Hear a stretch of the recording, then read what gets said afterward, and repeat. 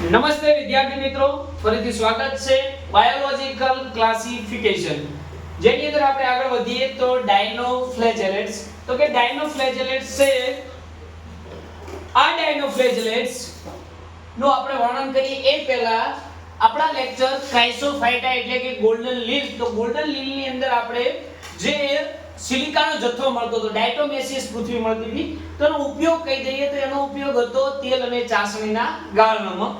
હવે આપણે જઈએ ડાયનોફ્લેજેલેટ્સ. તો કે ડાયનોફ્લેજેલેટ્સ છે તે દરિયાઈ છે. કેવા છે? દરિયાઈ છે. મોસ્ટલી તે ખારા પાણીમાં જોવા મળે, ખારા પાણીમાં જોવા મળે છે.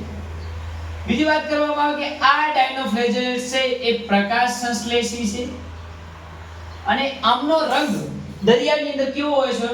તો કે લાલતા રંગના હોય છે, લીલા, પીળા, વાદળી અને બદામી, આવા 5 રંગ સ્વરૂપે જોવા મળે છે. બીજી વાત કરવામાં આવે છે કે એ ડાયનોફ્લેજેલેટ્સ છે એ પોતાના શરીર સપાટી ઉપર સેલ્યુલોઝની તકતીઓ ધરાવે છે. શું ધરાવે છે? સેલ્યુલોઝની તકતીઓ ધરાવે છે. એનો મતલબ કે જો આનું આ શરીર છે તો એની આજુબાજુની આ તકતી છે શાની બનેલી છે? સેલ્યુલોઝની બનેલી છે. એ સિવાય વાત કરવામાં આવે કે ડાયનોફ્લેજેલેટ્સ છે એ કશાધારી સજીવ છે.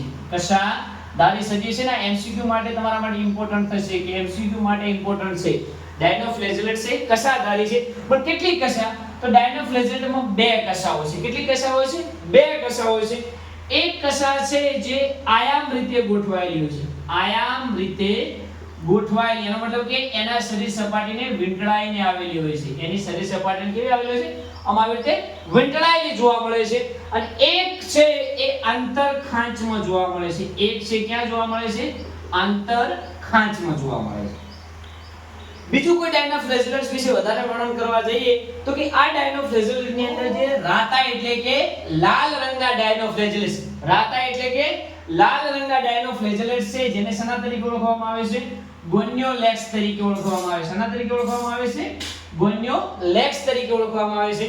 અને આ ગોન્યોલેક્સ છે એ દરિયાની અંદર ડાયનોફ્લેજેલેટ્સ નો મુખ્ય વર્ગ રોકે છે, જેના કારણે સમુદ્રનો રંગ કેવો દેખાય છે? લાલ દેખાય છે. સમુદ્રનો રંગ કેવો દેખાય છે? લાલ દેખાય છે, જેના કારણે રાતા સમુદ્રનું નિર્માણ થાય છે, જેને ભરતી અને ઓટ સમય અને સરળતાથી જોઈ શકાય છે. ભરતી અને ઓટ આવે તેને સરળતાથી જોઈ શકાય છે. ઇવન આની અંદર વધારે એડ કરીએ તો કે એ જ લાલ સમુદ્ર માટે જવાબદાર જે પણ પદાર્થ કે રસાયણ હોય છે એ દરિયામાં જોવા મળતી માછલીઓ માટે, દરિયામાં જોવા મળતી માછલીઓ માટે ખૂબ જ ઝેરનું સાબિત થાય છે. ડાયનોફ્લેજેલેટ્સ નું જો વધારે વર્ણન કરવા જઈએ તો એની અંદર કોઈ એક્સ્ટ્રા કોઈ ડિટેલમાં વર્ણન નથી, પણ આ પણ એક પ્રકારનો પ્રોટિસ્ટા સજીવ જ છે. કેવો છે? પ્રોટિસ્ટા. એને તમે પ્રજીવમાં લઈ શકો છો, એને તમે પ્રજીવમાં લઈ શકો છો. અને ઇવન તે સ્વયંપોષી છે, તો એ મોટા ભાગે લીલ સમુદાયને સંલગ્ન છે. કોને સંલગ્ન છે? લીલ સમુદાયને સંલગ્ન છે. આપણે હજુ પણ આના રિલેટેડ જો બાયોલોજીકલ ક્લાસિફિકેશન ની વાત કરવામાં આવે તો યુગ્લિનોઇડ્સ છે, સ્લાઇમ મોલ્ડ છે, ટોપિક બાકી છે.